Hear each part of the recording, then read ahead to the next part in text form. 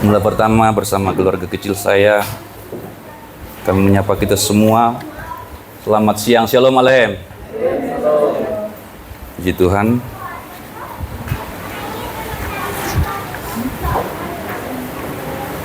Seburuk apapun keluarga,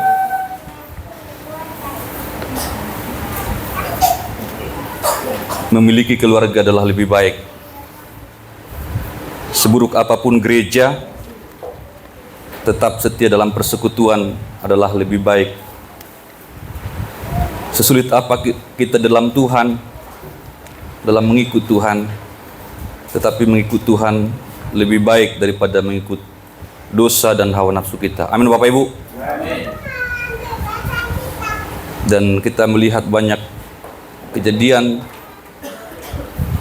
dalam Alkitab dan juga dalam kehidupan yang nyata ini.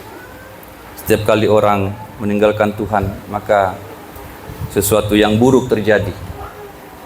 Orang meninggalkan Tuhan karena dia pikir dia bisa hidup tanpa Tuhan. Tetapi Tuhan berkata, di luar aku, kamu tidak dapat melakukan apa-apa. Amin, saudara? Iya. Saudara tidak perlu meninggalkan Tuhan untuk membuktikan ayat itu. Percaya saja firman Tuhan. Di luar Tuhan, kita akan menderita lebih sia-sia lagi. Di luar Tuhan, kita akan terhina. Kita akan terbuang. Diinjak-injak orang. Seperti garam yang telah kehilangan asinnya. Ketika garam kehilangan asinnya dikatakan, maka dia dibuang dan diinjak-injak orang. Ketika ranting terpisah dari pokoknya, dikatakan firman Tuhan, bahwa ranting itu akan kering dan dibakar. Puji Tuhan jika Tuhan masih berikan kita kesempatan untuk kembali. Dan memang doa kami sekeluarga, dan saya yakin juga doa sidang jemaat supaya Hermon kembali. Itu selalu terucap dari mulut saya setiap kali saya berdoa di hadirat Tuhan, supaya Hermon kembali. Dan saya harap Hermon kembali. Amin. Pada siang hari ini kita memasuki satu tajuk, yaitu holiness atau kekudusan, sebagai subtema dari komitmen tema tahunan kita.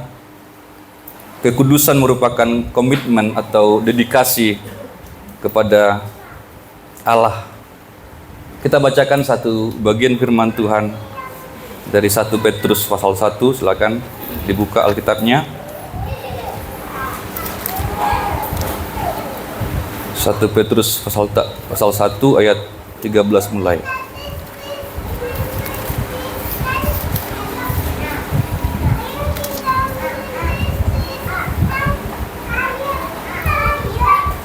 Ayat 13 sampai 16 kita baca secara responsoria. Saya baca duluan, Bapak Ibu baca berikutnya.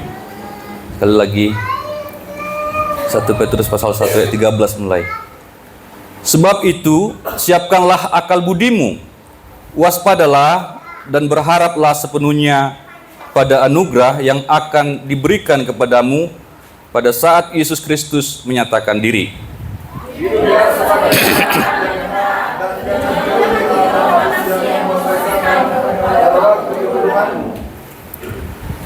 Tetapi hendaklah kamu menjadi kudus di dalam seluruh hidupmu, sama seperti Dia yang kudus yang telah memanggil kamu. 16.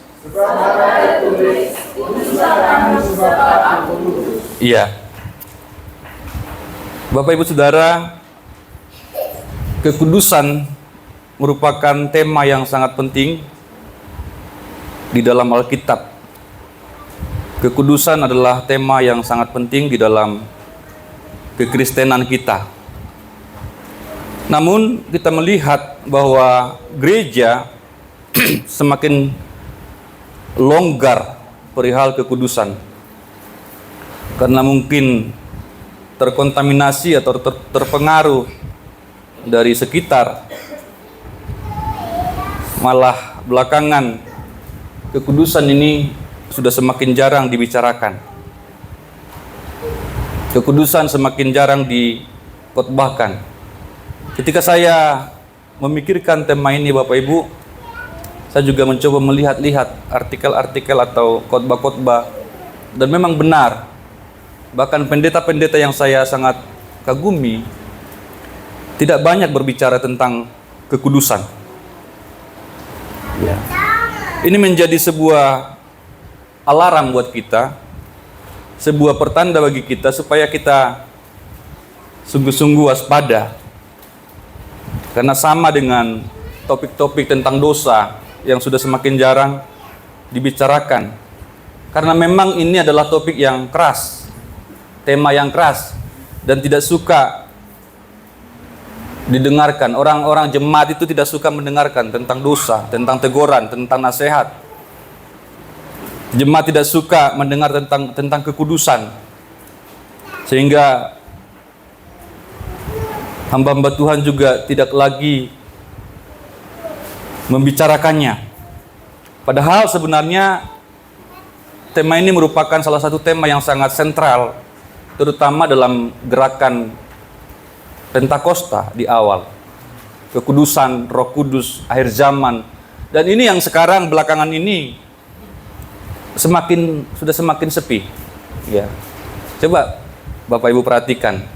Bicara tentang akhir zaman, bicara tentang kekudusan, tentang manifestasi Roh Kudus, semakin jarang dibicarakan. Tetapi saya yakin bahwa kekudusan ini tetap relevan bagi kita. Ya. Sekalipun ini mungkin tidak disukai oleh jemaat, tetapi ini harus tetap disampaikan. Kami bertanggung jawab untuk menjaga umat Tuhan, memelihara sesuai dengan firman Tuhan. Coba kita lihat beberapa pengertian secara singkat. Kekudusan adalah konsep yang Alkitabiah atau berasal dari Alkitab. Walaupun memang ada banyak agama lain juga atau kepercayaan lain berbicara tentang kesucian atau suci, kudus. Ya, tetapi kita melihat dalam pengertian Alkitab, ya, dari pengertian Alkitab bahwa memang tema ini benar-benar berasal dari Alkitab. Ada dua kata Bapak Ibu yang diterjemahkan menjadi kata kudus dalam bahasa Ibrani dan juga Yunani. Bapak Ibu yang suka mencatat, silakan. Yang pertama bahasa Ibrani yaitu kados, ya. Kados berarti terpisah atau dihususkan atau terpotong dari, cut off, terpotong dari, digunakan untuk tujuan tertentu.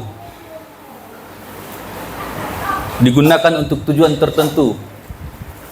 Kudus berarti set apart for a purpose, dipisahkan untuk suatu maksud, dipisahkan untuk suatu tujuan. Ini arti kata kudus dari bahasa Ibrani kados. Ya.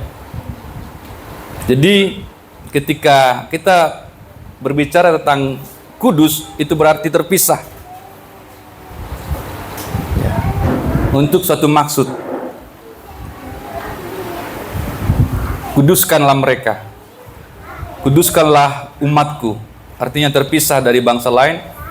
Kuduskanlah imam-imam bagiku, artinya imam-imam itu adalah orang-orang yang dihususkan untuk suatu pekerjaan di tabernakel. Saudara pelajari dalam Keluaran pasal 25 sampai 40 yang merupakan salah satu tema besar kita dalam pengajaran tabernakel, itu orang-orang itu dihususkan dari keturunan Lewi menjadi imam.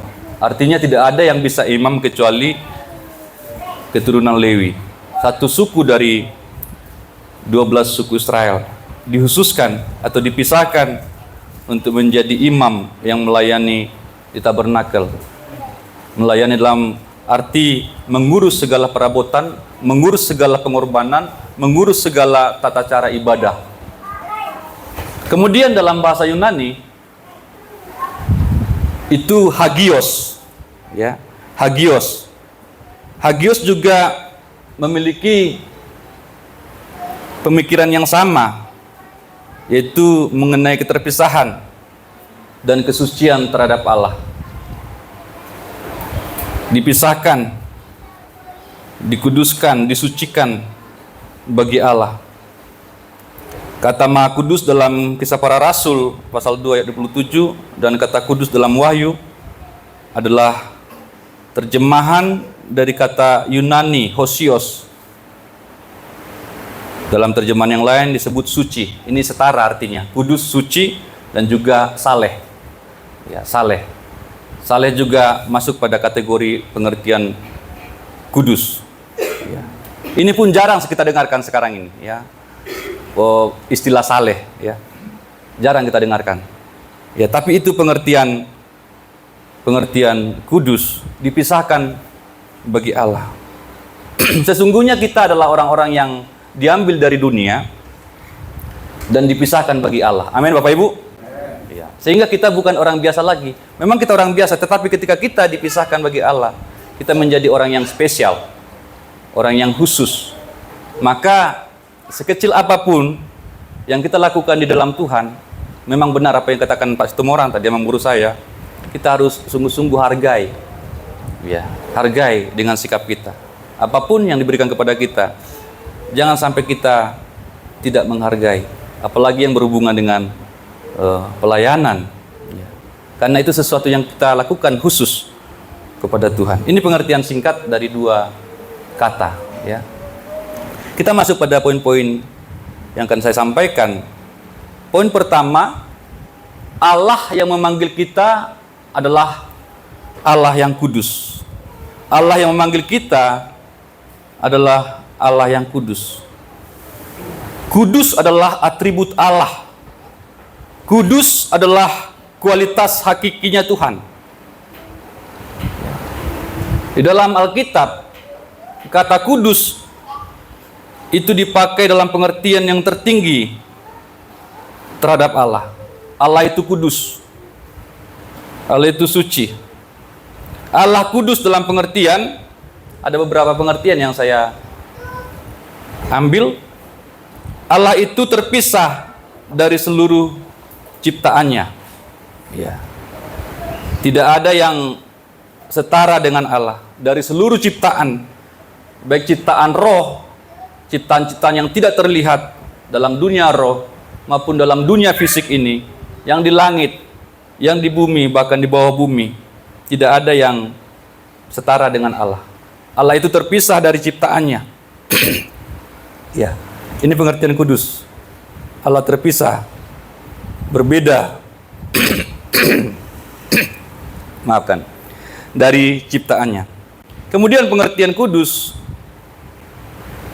bahwa Allah itu mengungguli, ya, dia beyond, mengungguli seluruh ciptaannya.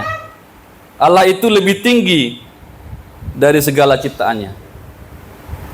Ini pengertian kudus. Allah mengungguli seluruh ciptaannya. Jadi jelas Alkitab kita jelas membedakan antara Allah sebagai pencipta dan semua yang lain adalah ciptaan. Tempat lain ada dalam cara pandang dunia yang lain atau worldview yang lain, itu Allah itu dikatakan menyatu dengan ciptaan. Ya, menyatu dalam arti membelah. Tetapi kita tidak menganut seperti itu. Alkitab menjelaskan bahwa Allah itu terpisah dari seluruh ciptaannya, terpisah dari materi, terpisah dari segala sesuatu yang ada.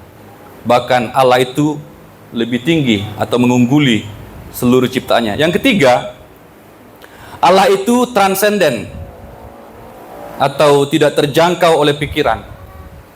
Ya, Allah itu tidak terjangkau dalam arti tidak terjangkau sepenuhnya. Ya. Tidak terjangkau sepenuhnya oleh pikiran kita. Karena Allah itu luar biasa, dahsyat, dan tidak terbatas, sementara pikiran kita sangat terbatas. Otak kita sangat kecil. Sehingga kita tidak mungkin memahami Allah yang tidak terbatas dengan pikiran yang terbatas. Sama seperti kalau saya berikan ilustrasi, kita tidak bisa memasukkan samudra ke dalam sebuah gelas aqua. Allah itu seperti samudra yang begitu luas, begitu tidak terbatas. Tidak mungkin kita masukkan ke dalam satu gelas aqua. Nggak muat. Sama, pikiran kita yang sangat kecil ini tidak mungkin memuat Allah yang begitu dahsyat luar biasa. tidak terjangkau, transenden. Ya. Ini artinya Allah kudus. Kekudusan Allah juga berdiri bertentangan dengan ilah-ilah yang lain. Coba Desi bantu Keluaran 15.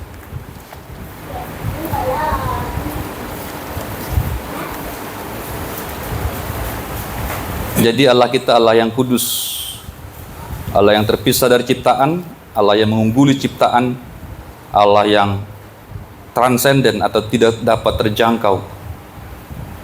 Makanya kita belajar teologi, belajar firman Tuhan dari kecil sampai dewasa sampai tua, tidak selesai-selesai memahami Allah ini. Amin? Iya. Jadi kalau ada yang sudah merasa cukup pintar, sudah tamat memahami Alkitab, ya itu sesuatu yang keliru. Sudah tamat memahami Allah. Keluaran pasal 15 ayat 11 Desi. Demikian firman Tuhan, siapakah yang seperti engkau di antara para Allah ya Tuhan? Siapakah seperti engkau, mulia karena kekudusanmu, menakutkan karena perbuatanmu yang masyhur, engkau pembuat keajaiban? Iya. Saya bacakan dalam Alkitab terjemahan baru, terjemahan 2. Siapakah seperti engkau di antara ilah-ilah, ya Tuhan? Siapakah seperti engkau, mulia dalam kekudusanmu, menakjubkan karena perbuatan-perbuatanmu yang masyhur, pembuat keajaiban? Jadi ketika kita melihat Allah atau memikirkan Allah, maka yang ada adalah rasa takjub, rasa heran. Rasa heran. Kita memiliki rasa kagum, terpesona dengan Allah. Maka yang ada ketika kita mengenal Tuhan, yang ada adalah kita tersungkur. Ketika kita bertemu dengan Tuhan, yang ada adalah tersungkur. Itu sikap kita. Sebab dalam seluruh Alkitab, setiap kali manusia itu bertemu dengan Tuhan, dalam teopani, penampakan diri Allah dalam wujud manusia, itu selalu mereka tersungkur. Ya, dari perjanjian lama sampai perjanjian baru, setiap kali orang bertemu dengan Tuhan, setiap kali mereka mendengar suara Tuhan, pasti tersungkur. Karena mereka kagum, hormat, takjub, bahkan sampai pada takut. Satu kali ketika Israel berbicara kepada umat itu takut. Musa, jangan lagi Tuhan berbicara kepada kami, biarlah Tuhan berbicara kepada Musa dan Musa berbicara kepada kami. Artinya ada perantara. Kalau langsung mereka takut. Nah, ini kita harus pelihara rasa takut kepada Tuhan. Amin. Ya, bukan hanya mengasihi Tuhan. Karena seringkali kalau hanya kasih itu seringkali disalahartikan. Ya, tapi kalau kita ada rasa takut, hormat, ya, kita dekat dengan Tuhan tetapi ada rasa hormat. Kita bisa dekat dengan orang tua tetapi tetap ada rasa hormat. Ya, tidak mungkin kita sembarangan ya kepada orang tua, apalagi dengan Tuhan. Setiap kali kita memikirkan kekudusan Allah, maka ini yang timbul. Ya, kita akan kagum. Ya, kita memasyurkan Dia. Itu makanya kita menyembah. Itu makanya kita datang dalam penyembahan. Amin, Bapak Ibu. Amin. Untuk menunjukkan bahwa kita ini di hadapan Tuhan itu tidak ada apa-apanya. Tetapi kalau bagi orang yang tidak mengerti, tidak mengenal Tuhan yang begitu luar biasa ini, maka dia tidak akan serius dalam penyembahan. Ya. Bahkan bukan hanya dalam ibadah khusus, ibadah penyembahan. Bahkan setiap kali WL meminta atau memimpin kita dalam penyembahan, jangan ada lagi yang lirik-lirik sana, ya. Kiri kanan muka belakang, ya. Kita menyembah saja kepada Tuhan. Amin. Saya malah kadang ini juga ada laporan-laporan kepada saya, sianu. Kalau penyembahan dia tidak menyembah. Kalau saya tidak tahu memang siapa-siapa yang tidak menyembah. Karena ketika sudah penyembahan dinaikkan, kita sudah dipimpin, saya pun menyembah. Dan saya tidak lihat-lihat orang, siapa yang tidak menyembah, siapa yang lihat ke sana kemari. Tetapi saya sampaikan ini karena ada yang melihat. Berarti kalau dia melihat, berarti dia pun tidak menyembah dong, ya. Iya kan? Kalau enggak, berarti gimana dia bisa lihat kan? Berarti dia pun nonton kan? nonton si anu, penyembahannya tidak beres, kan begitu nanti akhirnya. Ya kan? Tapi saya tidak tahu siapa-siapa yang tidak menyembah. Siapa-siapa dia tidak. Karena saya sibuk menyembah Tuhan. Mari semua kita sibuk menyembah Tuhan. Amin. Iya. Karena kita bersekutu atau berhadapan dengan Tuhan yang sama. Tidak ada penonton di gereja. Ya, semua kita penyembah. Semua kita pemuji. Jadi baik saudara melayani maupun tidak melayani, tetap ya kita menyembah, kita memuji kepada Tuhan. Ini Allah yang kudus, Allah yang memanggil kita. Bahkan ada pakar mengatakan sifat dari segala sifat yang kesatuannya mencakup segala sifat Allah. Artinya kekudusan ini adalah sifat dari segala sifat yang mencakup seluruh sifat Allah. Dengan kata lain, di dalam kekudusan ini seluruh sifat Allah itu tercakup. Kalau adil kan tertentu, salah satu aspek saja. Adil, benar, baik, itu kan salah satu aspek saja. Aspek adil, benar, baik. Tetapi kalau kudus itu menyangkut semua. Makanya penting sekali atribut kudus ini, atribut kekudusan Allah ini. Sifat dari segala sifat yang kesatuannya mencakup segala sifat Allah. Karena ada banyak sifat Allah. Kalau Tuhan kehendaki, kita bisa belajar nanti. Ada banyak atribut-atribut yang dimiliki oleh Allah. Dan kekudusannya adalah salah satu atribut atau sifat karakter Allah. Dan juga dibagikan kepada kita sebagai umat. Jadi ketika kita diminta kudus, kita diminta untuk menjadi seperti Allah. Karena Allah itu kudus. Amin. Iya, artinya sekarakter atau satu watak dengan Allah. Ini poin yang kedua nanti, ya. Yang kedua adalah kita dipanggil kudus. Kita dipanggil kudus. Ada dua hal nanti yang akan saya sampaikan di sini. Pengertian dipanggil kudus ini. Pertama, memang kita disebut sebagai orang kudus. Jadi orang kudus itu merupakan panggilan kita orang percaya. Kita disebut orang kudus. Kita dinamai orang kudus. Kita digelari orang kudus.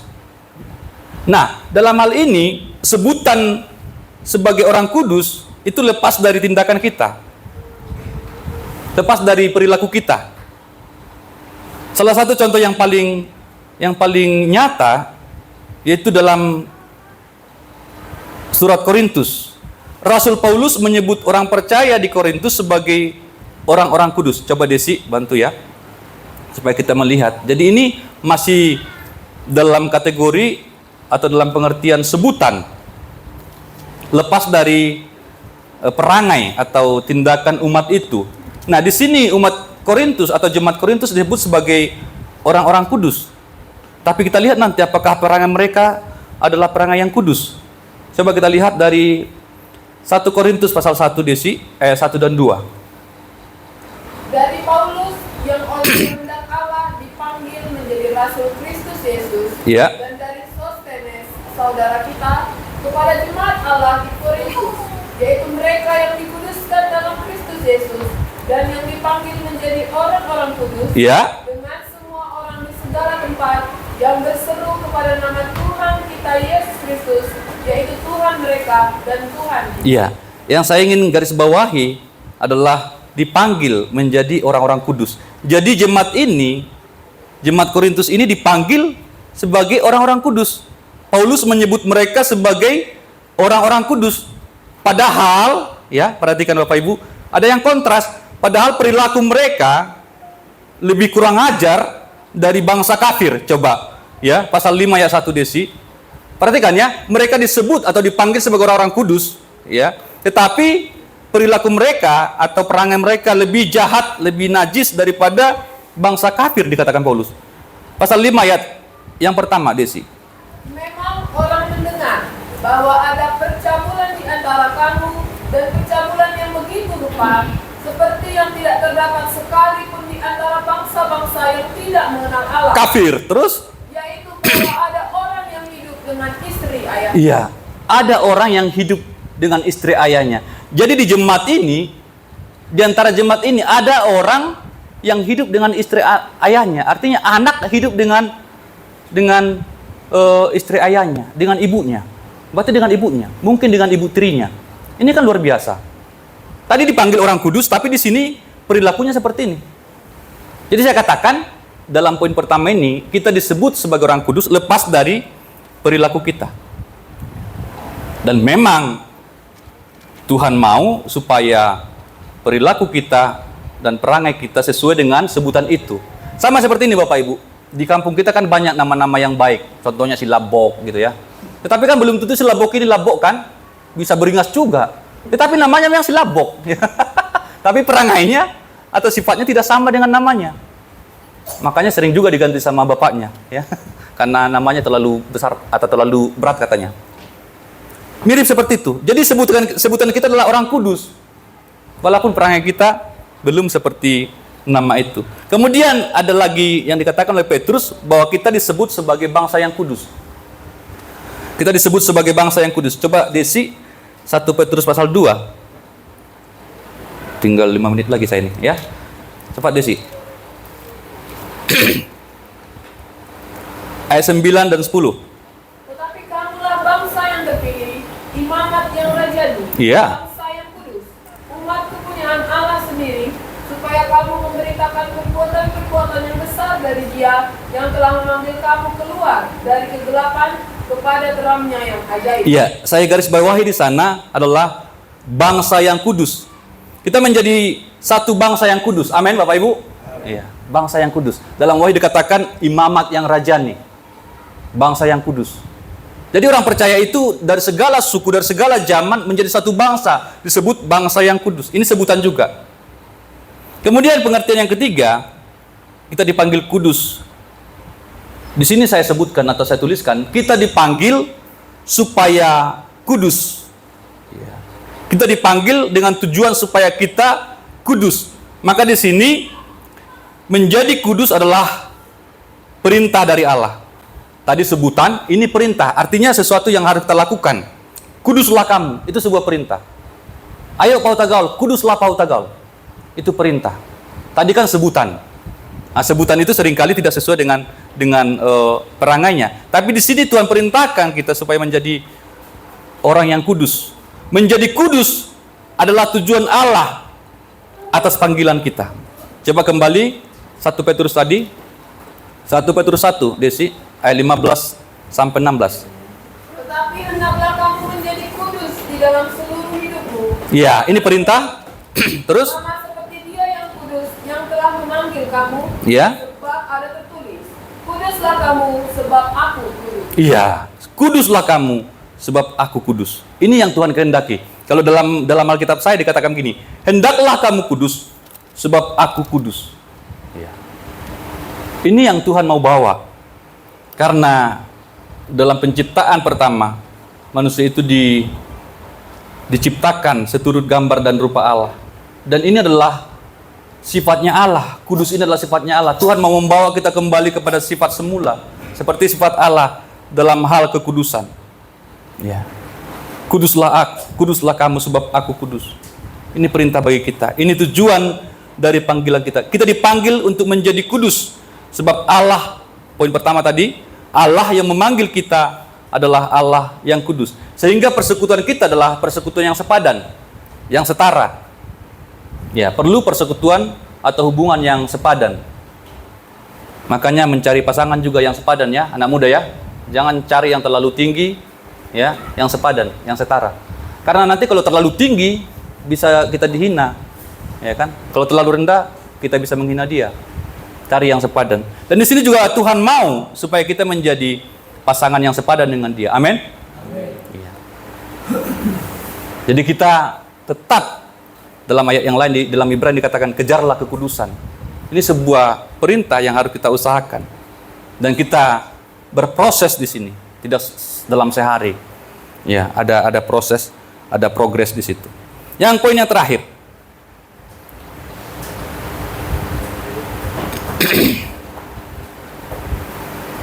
Kita kudus bagi Allah. Ini poin terakhir. Kita dipanggil untuk menjadi kudus bagi Allah. Nah, di sini Bapak Ibu ada ketegangan.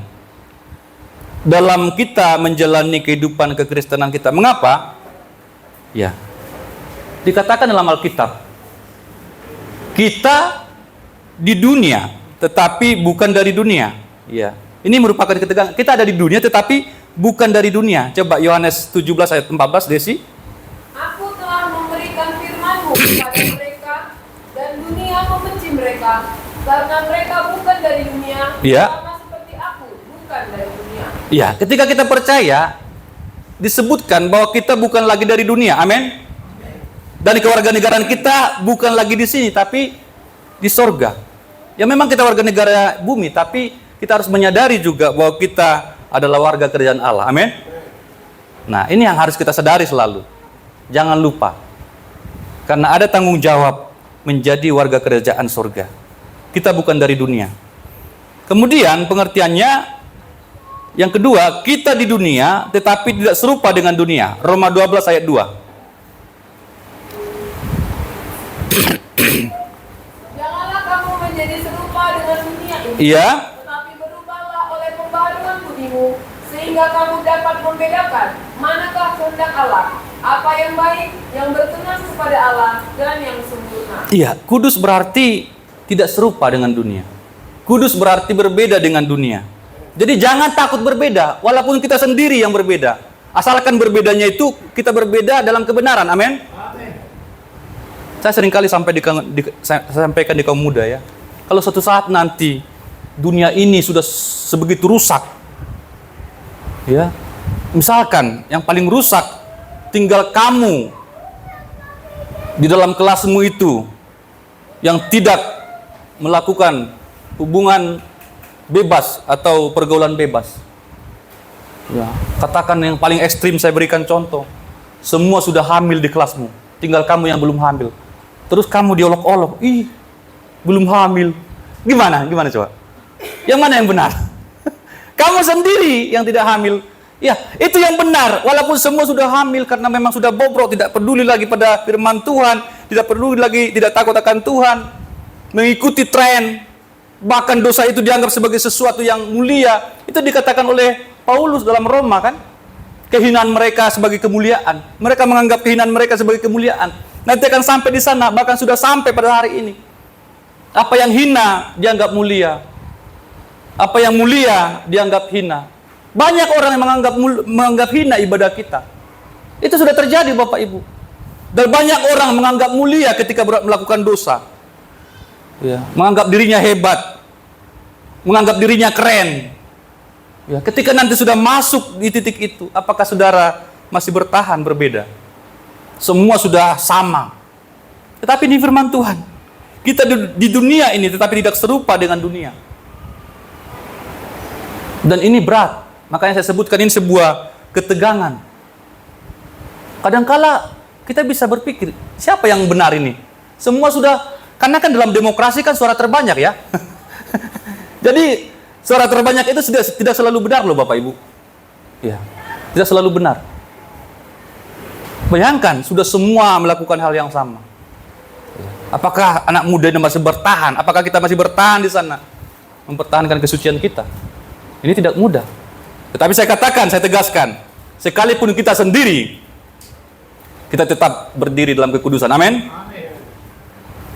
Ada lagu lama, mengikut Yesus keputusanku.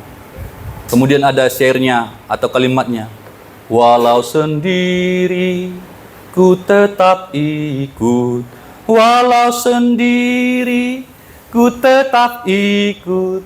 Amin. Ini tidak mudah. Ya. Walau sendiri ku tetap ikut, walau sendiri ku tetap benar. Asalkan kita tahu dan kita yakini bahwa yang kita pegang adalah kebenaran, yang kita hidupi adalah kebenaran, tidak peduli siapapun yang mengatakan hal-hal yang berbeda, tidak peduli sebanyak apapun yang sudah serupa.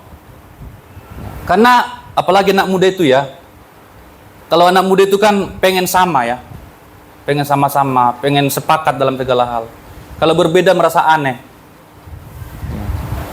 Nah ini menjadi tantangan bagi anak muda. Kita harus tahu kebenaran. Dan kita harus tahu di mana kita berdiri. Bapak Gembala sampaikan kemarin bahwa pintu kehidupan itu adalah jalan yang sempit. Amin. Pintu sempit. Sempit memang. Artinya tidak bebas. Tetapi justru di sanalah kemerdekaan yang sejati.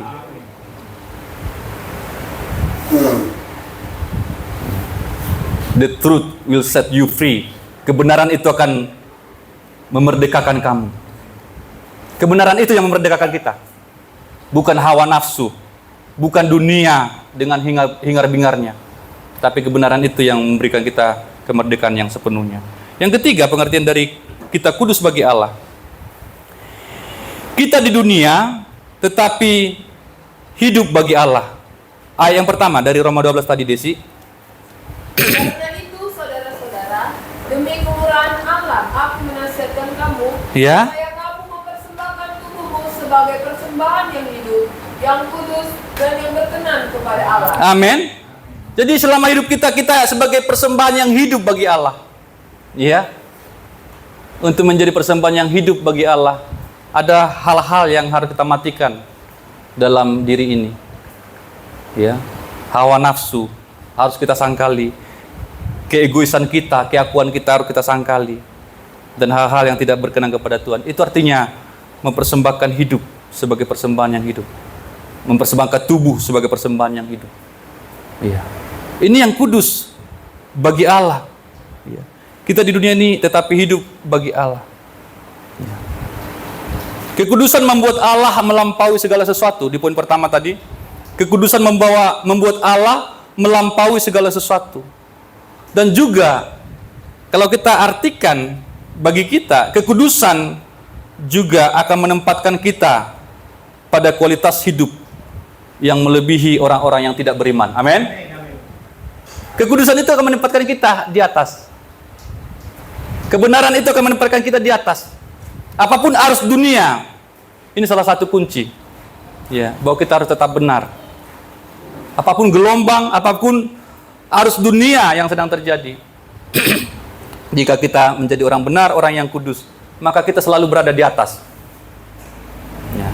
Bukan semua arus itu yang menimpa kita. Sama seperti kejadian atau kisah Nuh. Ya. Nuh itu berada di dalam sebuah bahtera. Ya. Dan Tuhan mengirimkan air bah. Ada hujan dari atas, kemudian ada mata air dari bawah. Tetapi ketika Nuh dan keluarganya ada di dalam bahtera itu selalu berada di atas air itu. Amin. Angin kencang mungkin, tetapi mereka selalu berada dalam bahtera itu dan mereka aman, Bapak Ibu. Itu yang sedang kita kerjakan supaya kita berada dalam perahu yang benar.